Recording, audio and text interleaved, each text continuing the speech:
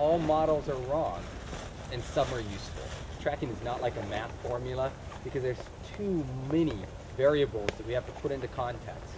We are going to give you a wrong but useful model, and it is highly effective.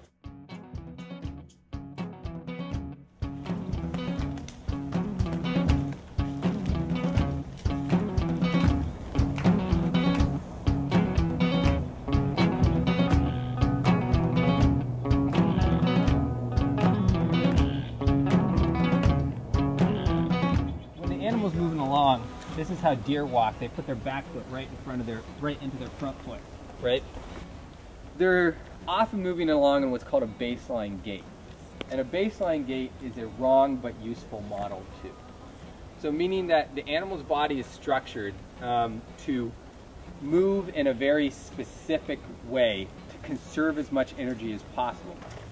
If you're seeing a diagonal walk and you're seeing the back feet go just a little bit behind the front feet and not right in it, is that animal going faster or slower? Faster, slower. If you see the front feet fall a little bit ahead, is that animal going faster or slower? That's how you can start to determine speed beyond baseline. And the key about conservation of energy is this same principle is going to apply, you'll see, in the other arts of tracking. Pretty good indentation. Deer.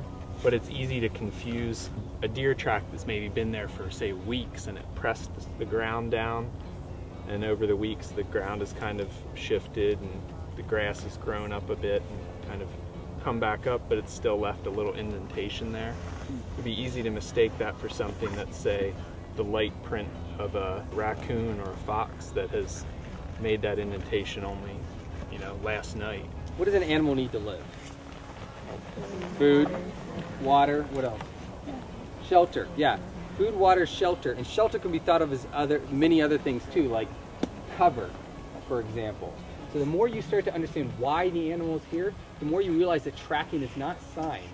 It's maps, interconnected and layered over each other. So check this stuff out. This is some good otter scat right here with scales in it. Pretty good. Probably from a carp. So eventually I don't want you guys parsing this information out in the way that we just did. I want you actually just feeling like you're the deer, moving through the landscape, and it's like, okay, what do I need?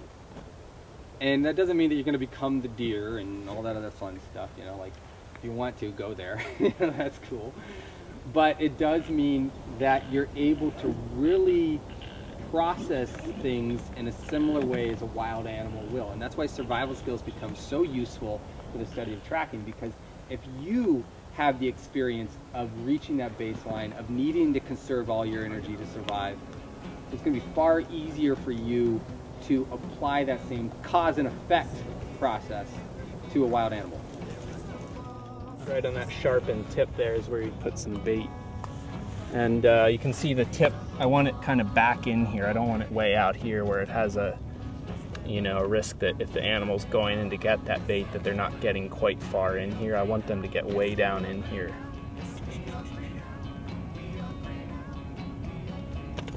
Oh, wow. Yeah, that'll kill something. So that wasn't very hair trigger, as you could see. No. Anybody have any ideas how it could make that more of a hair trigger?